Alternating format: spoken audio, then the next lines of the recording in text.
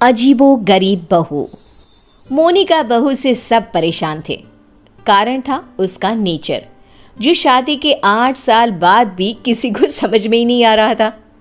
बहू, मैं मंदिर जा रही हूँ, आऊँ तो पराठा तैयार रखना।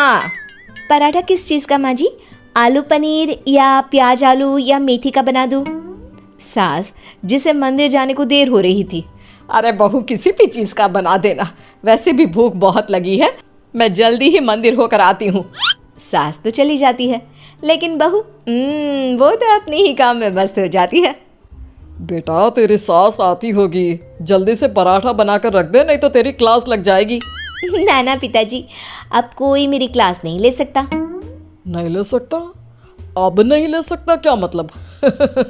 तेरी सास तो आज तक मेरी क्लास ले रही है। पिताजी, मैंने तो शादी ही इसलिए की है कि मुझे पढ़ाई ना करनी पड़े। क्लास लेंगी सास तो मैं नहीं रह पाऊंगी। अरे तो जो होमवर्क देकर गई है वो जल्दी से पूरा कर ले बेटा। होमवर्क? कैसा होमवर्क? अरे परेशान हो गया मैं तो। कुछ नहीं बहू, कुछ नहीं, सॉरी, जा। माफ़ी भी मांग रहे हैं पापा जी, और मुझे पता भी नहीं कि आपने क्या गलती कर दी। खैर, जा रही हूँ मैं। आज ना अलमारी ठीक करने का काम करना है मुझे। बहू कमरे में चली जाती है कि सामने उसकी बेटी की सहेली आ जाती है। अरे मीरा बेटा, ये कौन है? माँ, ये मेरी सहेली है मायरा, पास के सेक्टर में रहती है। अच्छा, क्या नाम है? कहाँ मिले तुम दोनों? आंटी, इसने बताया ना कि मेरा नाम मायरा है, मैं पास के बिल्डिंग में रहती हूँ और हम स्कूल फ्रेंड्स हैं। अच्छा, तुम लोग स्कूल में नहीं खेलते, जो घर में खेलने की जरूरत पड़ गई? वैसे क्या करते हैं पापा तुम्हारे? आंटी, मेरे पापा अमेरिका में रहते हैं। अच्छा, क्या करते हैं? अच्छा, कितने भाई बहन हो तुम? और सॉरी आंटी, मुझे जाना है। मीरा, देख लेना, खेलना हो तो शाम को पार्क में मिलते हैं। सहेली के जाने के बाद क्या है माँ, भगा दिया ना मेरी सहेली को। अरे पता नहीं क्यों इतनी बड़ी होकर भी आप समझ नहीं पाती कि कैसे रहना चाहिए, क्या पूछना चाहिए। भगा दिया मेरी सहेली को। खैर, मोनिका का अजीबो गरीब नेचर चेंज होने का नाम ही नहीं ले रहा था। एक दिन, क्या बात है मोनिका, कहाँ जा रही हो? मैं ना ज़रा बाज़ार जा रही हूँ, थोड़ा काम है। आप बताओ, काफ़ी बिजी लग रहे हो। हाँ यार, वर्क फ्रॉम होम है ना, तो काम बहुत ज़्यादा है। ठीक है, कोई ना। वो क्या है ना, बाहर धूप है और मुझे सामान लेने जाना था।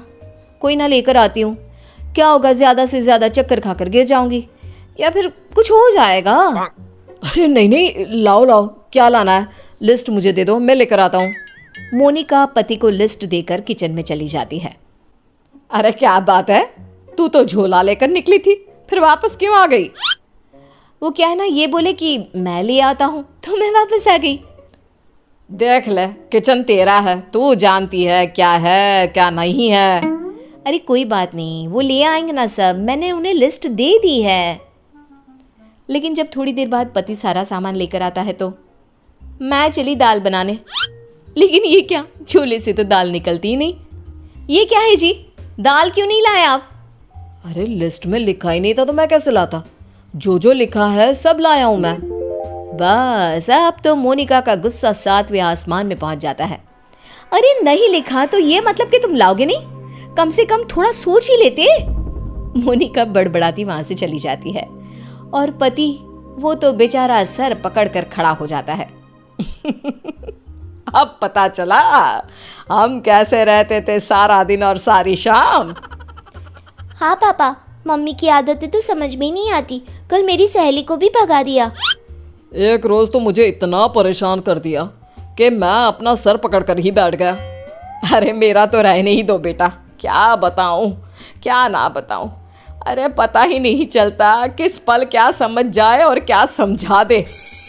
समय निकल रहा था, हर कोई मोनिका से परेशान हो रहा था। किसी के पास कोई उपाय नहीं था कि कैसे उसकी आदतों को सुधारा जाए। फिर एक रोज, अच्छा बेटा, क्या खाओगी आज? माँ, कुछ भी बना लो। कुछ भी क्या होता है? अरे बताना रानी बिटिया को क्या खाने का मन है। माँ, पालक पनीर। मेरी बेटी पालक पनीर खाएगी। लेकिन बेटा पालक तो है नहीं, कुछ और बता। माँ, बहुत दिनों से छोले भटूरे नहीं खाए। ओ, वो कैसे बनेगा बेटा? उसके लिए तो छोले भिगोने पड़ेंगे ना। बेटी माँ को जो भी बनाने को बताती, मोनिका कोई ना कोई परेशानी बता देती, जिसके बाद माँ कुछ भी बना दे, तू एक काम कर, दाल चावल ही उबाल दे। वही तो बनाया है बेटा, चल जल्दी से आजा खा ले। माँ चली जाती है, लेकिन बेटी परेशान हो चुकी होती है। क्या है, माँ ने जब बना ही लिया था दाल चावल, तो मेरा वक्त क्यों बर्बाद कर रही थी? तभी वहाँ दादी आ जाती है। क्योंकि तेरी माँ है ही ऐसी, यहाँ तेरे पास आने से पहले मेरा भी सर खा कर गई है। क्या कर सकते हैं अब। पर दादी, ऐसे हाथ पैर बांध कर भी तो नहीं रह सकते ना। हाँ बेटा, सही बोल रही है तू। बहू को तो समझाना ही होगा कि वो जो व्यवहार करती है वो ठीक नहीं है।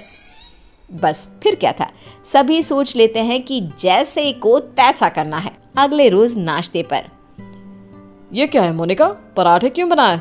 मुझे तो पोहा खाने का मन था। लेकिन मुझे कैसे पता चलेगा कि आपको पोहा खाना है? बता देते ना। बिल्कुल वैसे ही जैसे तुमको लगता था कि मुझे ये पता होना चाहिए था कि दाल लानी है। मोनिका को कुछ तो समझ में आ जाता है, लेकिन वो शांत रहती है। फिर अगले रोज, माँ जी, वो कल ना मेरा व्रत है, तो बताइए ना शाम की पूजा कैसे करनी होती है? कौन सी पूजा, साड़ी वाली या सूट वाली? माँ जी, साड़ी वाली। वैसे क्या खाते हैं उसमें? खीर ना, तो मैं अभी खीर बना लेती हूँ। कौन सी खीर बहू, चावल वाली या सूजी वाली? बहू समझ जाती है कि वो सास को जैसे कभी पराठे के लिए कंफ्यूज कर रही थी, सास उसे अब कंफ्यूज कर रही है। तभी डोरबेल बजती है। सामने होती है पड़ोसन, जो मोनिका से मिलने आई होती है। अरे बिटिया, माँ को बुलाना अपनी। माँ को? लेकिन इस वक्त आपको क्या काम है? छोटी सी है, लेकिन सवाल देखो, पुलिस की तरह दागी जा रही है। बेटा, उनसे चीनी लेनी थी। अच्छा, आपकी कटोरी में या हमारी? बेटा, वो मैं लेकर आई हूँ, जरा माँ को बुला दो। कल पड़ोसन के घर क्या झगड़ा हुआ, ये भी पूछना था। ये क्या बात हुई, किसी के घर के झगड़े को डिस्कस करना? वैसे आपके पति क्या करते हैं?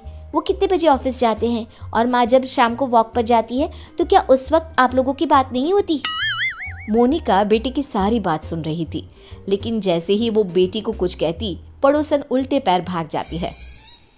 माँ, मीरा, मैं समझ गई हूँ कि मैं क्या गलती कर रही थी। मुझे माफ़ कर दीजिए प्लीज़।